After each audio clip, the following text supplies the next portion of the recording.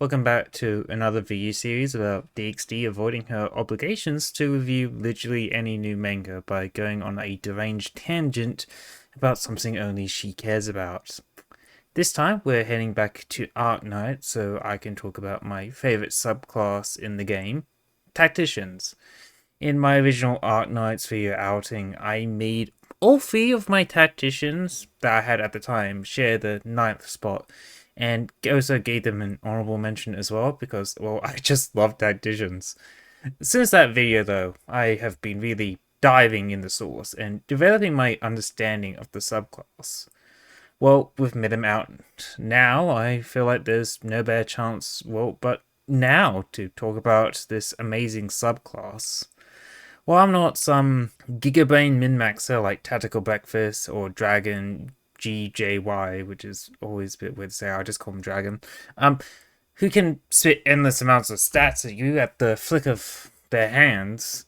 I think my passion is more than enough to carry an informational video series about Arknights operators. So, welcome to the only sales pitch to a subclass you might not be interested in, but hey, you at least trust me to be brutally honest. This is Tacticians and You.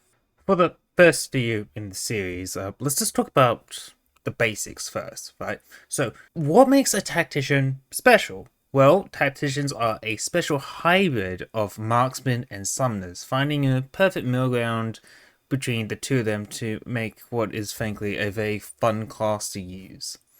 From snipers, we borrow the marksman range, and from summoners, we borrow their class identity to have a summon that we can use without the downside of eating a deployment slot. Having a summon on a non-summoner class isn't exactly new. Like operators like Ray, Silence, and Skadi Ultra has summons attached to their kits. So what makes Tacticians special compared to them? Well, we can use them to generate very small amounts of DP. Well, that and we can block units. Yeah, that's basically it, and that's problematic, frankly.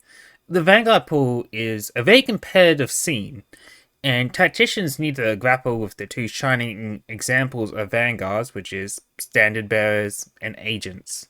Like, Standard Bearers eat their lunch and dinner in terms of DP generation, and Agents get to benefit from being a hybrid of Executors, Instructors, and Snipers, allowing them to run our entire squads by themselves. Even if you want a blocker, Pioneers exist who just do their job without the faff of needing a suitable high ground tile being nearby, and if you want a DPS Vanguard without touching Agents, Charges exist. On top of this, Tacticians have the fatal flaw of the Summoner class problem where your summon's max potential is locked behind a max level Tactician, which is an expensive ass, especially with the 6 stars. They are also not really good snipers, since they share similar stat lines with marksmen. They have no way to capitalize on that. Well, most Tactician skills are like focused on their summons, also known as tactical points.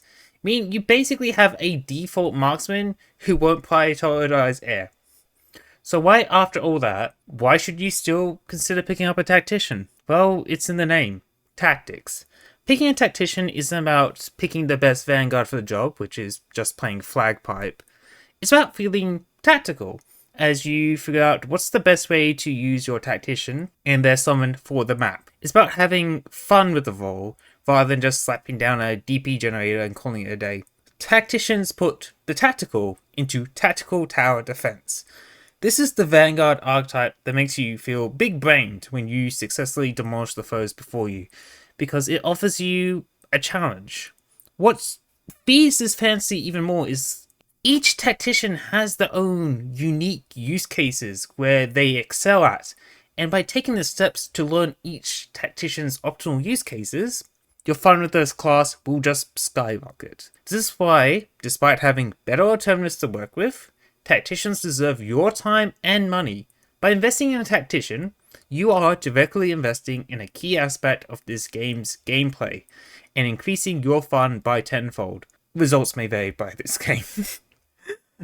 Now that we understand why I personally think Tacticians are the coolest class in the game, let's just get into the nitty-gritty details. As of the time of this video, we have 5 Tacticians to work with, this being Beanstalk, Black Knight, Midden, Vigil, and Measly. Now, what's interesting with Tacticians is that you can split them into 2 roles, DPS and Stole.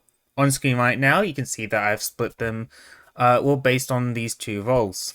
Alright, I got it zoomed in. Let's just zoom out, and there we go. Now, everyone's favorite elf is the exception, not the rule here, and let's be real, due to how their kits work, they can be interchangeable between these columns, and then our columns kind of look like this, but that's a little too confusing, so let's just bring it back down to 3 columns. Now, let's answer the next question. What makes a tactician a stoler or a DPS?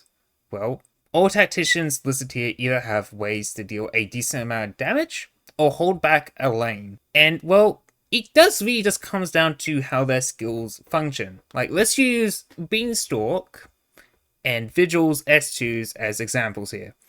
Beanstalk's S2 temporarily summons a Crab Wave, which also gives her crabs a defense boost. This is obviously a skill geared for stoling, as it serves as a great emergency floodgate in swarm stages to buy you time. Vigil S2, on the other hand, straight up just gives his dogs a crit on their next attack, making it a DPS skill.